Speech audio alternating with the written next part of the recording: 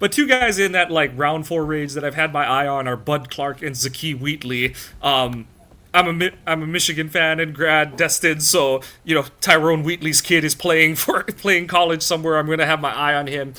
Didn't test nearly as well as I thought. I didn't think he was some kind of elite athlete, but I didn't think he was gonna run a 4.65 40, and I didn't think that showed up on film. But he's one of those, like, he kind of reminds me of like how Adrian Amos used to play at Penn State, where he kind of just was all over the place, using a lot of different roles. I like, and like I said, this is where like the 4.65 surprised me because I liked his click and close from depth, and I really liked the power that he brought when he would come downhill into the run alley and support the run. And with Clark, I like his range. The ball skills are solid.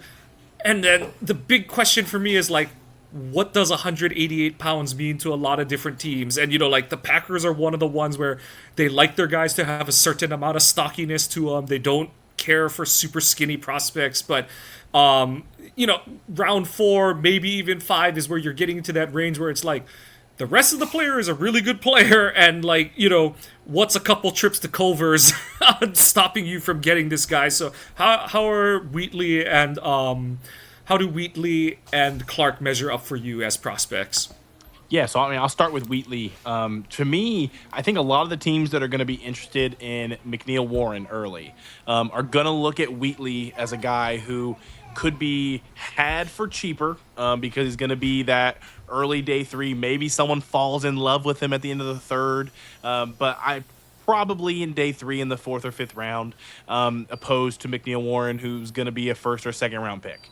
And I think they have a lot of similarities in terms of how they were used in college, of just being asked to do so many different things. For me, for McNeil Warren, the 40 wasn't that big of a deal, just because when I watched him, I really felt like his long speed was actually where he had an asset. And I think that kind of proved itself with the 40, and especially the 10-yard split, being as poor as it was for the position.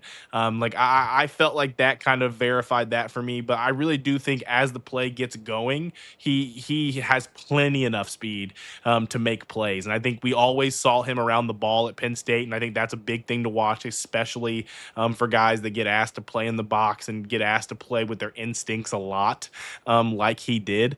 So I like Wheatley a lot, and I think it makes a lot of sense if you're a team in on McNeil Warren early that you look at Wheatley as a guy that maybe I can get him in day three and get a similar production, maybe not as good instantly, but I think they could get a lot of good stuff out of him for what your dollar is worth, essentially, when looking at day three. Bud Clark's another one. I mean, he's really fun tape to watch. And I think looking just throughout, he's a guy that, first of all, having proven ball production is just always going to be a win, because that's just one of the questions you're always going to ask. Can they turn the ball over at the next level? And it's one of the things that typically is going to translate well. If you track the ball well in college, you're typically going to track the ball well in the NFL.